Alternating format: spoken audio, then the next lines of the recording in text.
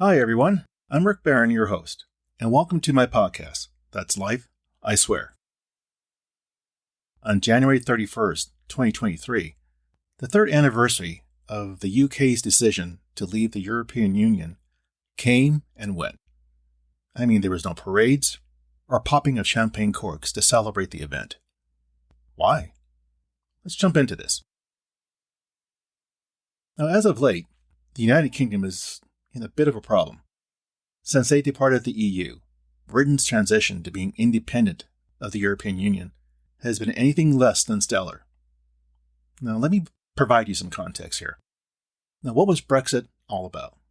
It was about the UK leaving from the European Union. They wanted out. The vote to leave the EU was held in a nationwide referendum in June of 2016, with almost 52% of the voters choosing to leave the bloc.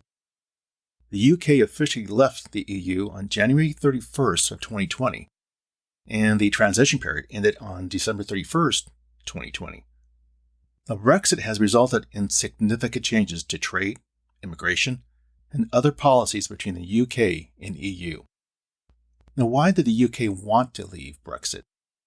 The UK voted to leave the European Union in 2016 referendum for a variety of reasons, including concerns about the loss of sovereignty, immigration, and regulations imposed by the EU.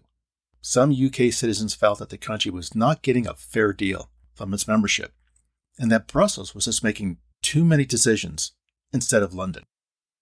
Others felt that the EU was not adequately addressing issues such as the refugee crisis, that's a big one, terrorism, and the euro currency crisis.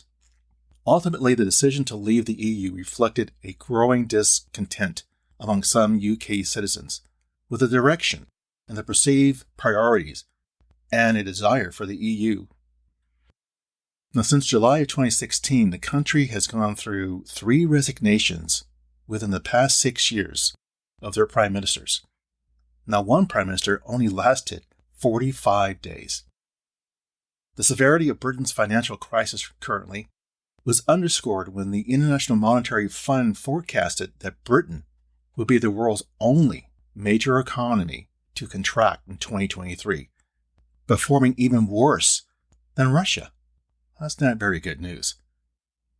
Now, adding to that non-glorious news is the UK economy will continue to shrink and that inflation will continue to increase the cost of living, thus a drag on the UK citizens.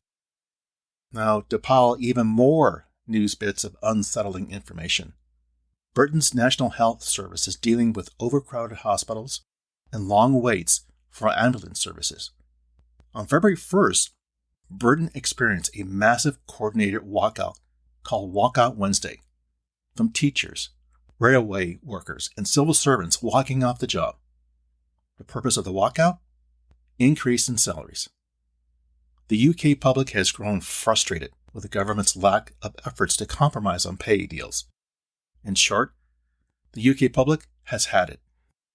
Current Prime Minister, we'll see how long he lasts, Rishi Sunak, condemned the strikes. He didn't hide the fact that the government holds a hard line against unions. The Prime Minister says that bowing to union demands will only contribute and worsen Britain's inflation problem. Now, to be fair, Brexit has not been the main contributor to Britain's problems. Like other countries around the world, Britain is slowly coming out of the COVID-19 pandemic nightmare and its economic impact.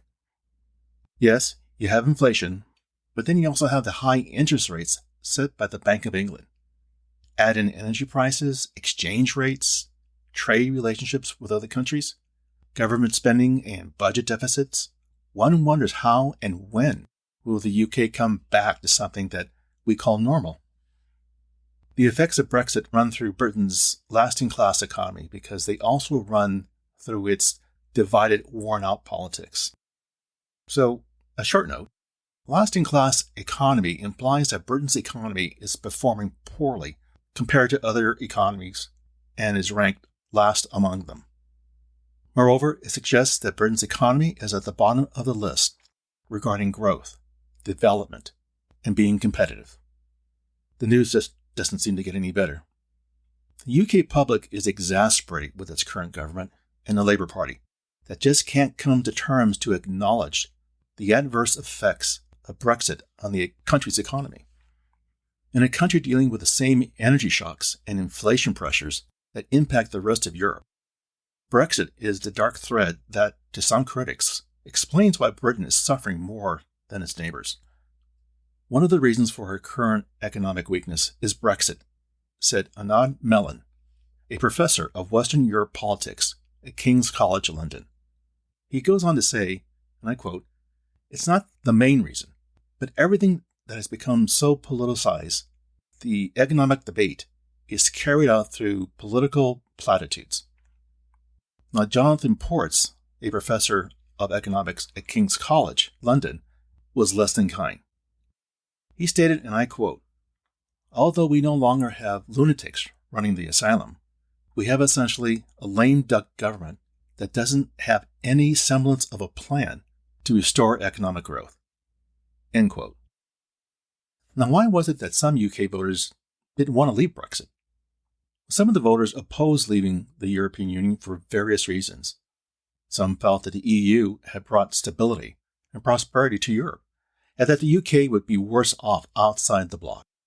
In addition, they believed that the EU was vital to maintaining good relations with other European countries, and that leaving the EU would damage the UK's international standing and relationships. Others were concerned about the economic impact of Brexit, including the potential loss of access to the EU's single market and the customs union.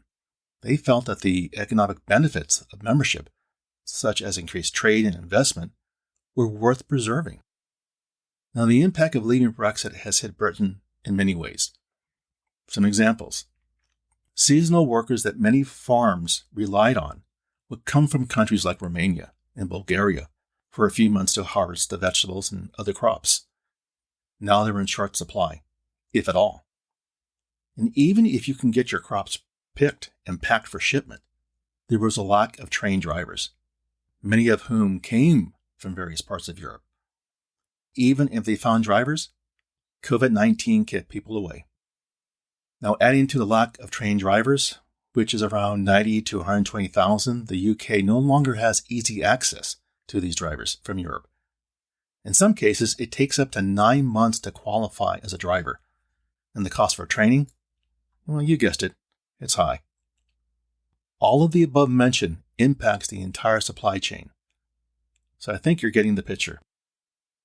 There were also concerns about the future of Northern Ireland, which has a land border with the Republic of Ireland, an EU member state. Some voters felt that leaving the EU would threaten the Good Friday Agreement, which established peace in Northern Ireland after decades of conflict, and potentially create a hard border between Northern Ireland and the Republic of Ireland. In short, many UK voters who opposed Brexit did so because they believed that it would have a negative impact on the economy, political, and social consequences for the UK and its relationship with Europe and the world. Now, currently, people are now thinking maybe leaving the EU was just a knee-jerk reaction.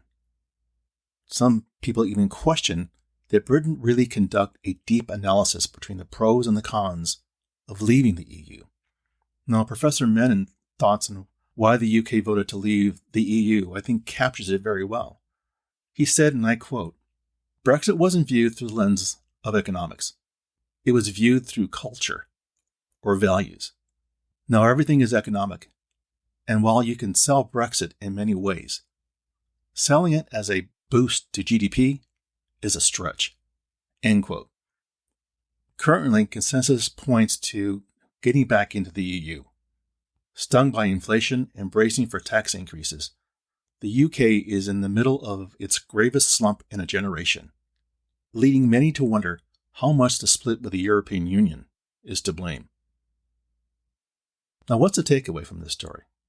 What can we learn from it? The United Kingdom's decision to leave the European Union, commonly referred to as Brexit, highlights the importance of considering the potential long-term consequences of political decisions, especially those related to international relations and trade. The process of negotiating and implementing Brexit has been complex and time-consuming, and has had significant impact on the UK's economy and its relationship with EU member states. I think the experience serves as a reminder of the need for thorough and careful planning when making decisions with far-reaching implications. I wish the British people a lot of luck. Well, there you go. That's life, I swear. For further information regarding the material covered in this episode, I invite you to visit my website, which you can find on either Apple Podcasts or Google Podcasts, for show notes calling out key pieces of content mentioned and the episode transcript. As always, I thank you for listening. Be sure to subscribe here or wherever you get your podcast so you don't miss an episode. See you soon.